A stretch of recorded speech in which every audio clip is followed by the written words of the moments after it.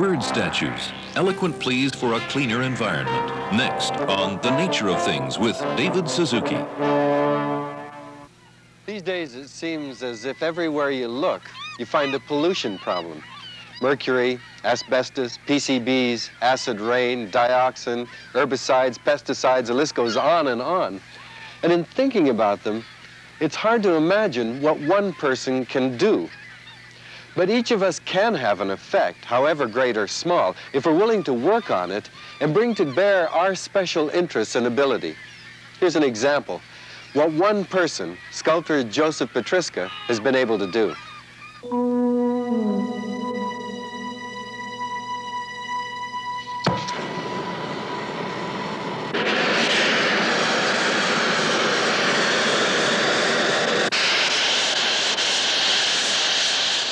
Behind the fireworks and passion of the creative process, the artist struggles to convey his deeply personal concern for the future.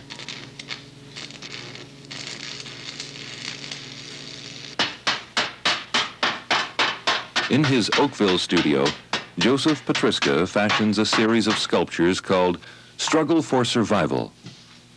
To this artist, the image of a dying bird is a medium to convey a somber message to mankind.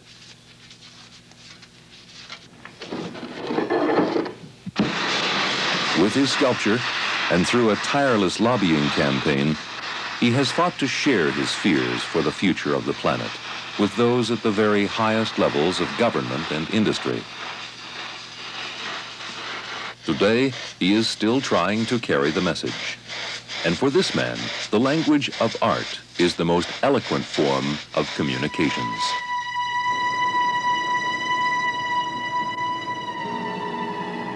Like most of us, Petriska has witnessed the relentless spread of industrial pollution as it casts its shadow across the earth.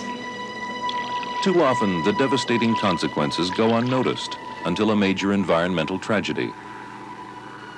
For Joseph Petriska, it was just such an event that compelled him to act.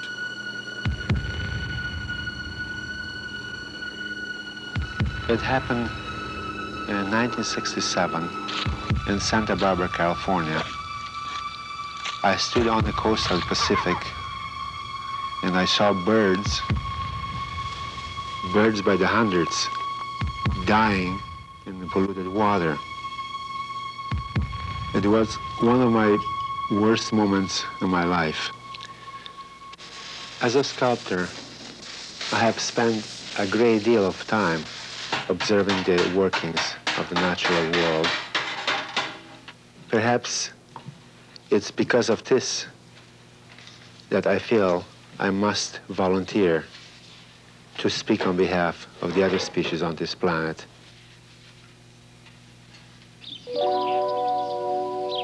Petriska works from his studio on the outskirts of Toronto. After 30 years of sculpture, he is well known in the Canadian artistic community, and his art is on display in private and corporate collections across the country.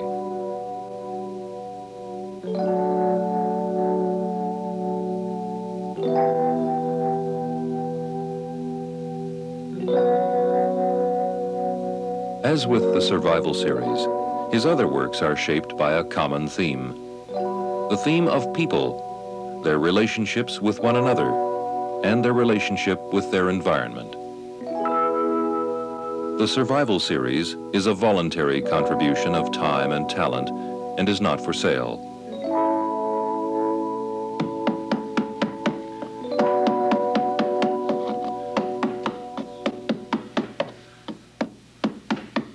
For years, Petriska has tried in vain to enlist government help to erect his sculptures in public areas. Nevertheless, he vows to continue the fight. While most of us are immobilized by the environment's overwhelming problems, Petriska has decided to act. His art is a disturbing and stark reminder of the beauty that is slipping away. It is as if the human race was racing towards a dangerous curve on this vehicle that we call technology. The other species are amazed that we don't start to apply the brakes. There is a law of nature. We seem to have forgotten it. Symbol like this would influence our conscience. And perhaps we will restrain ourselves from destroying our environment completely.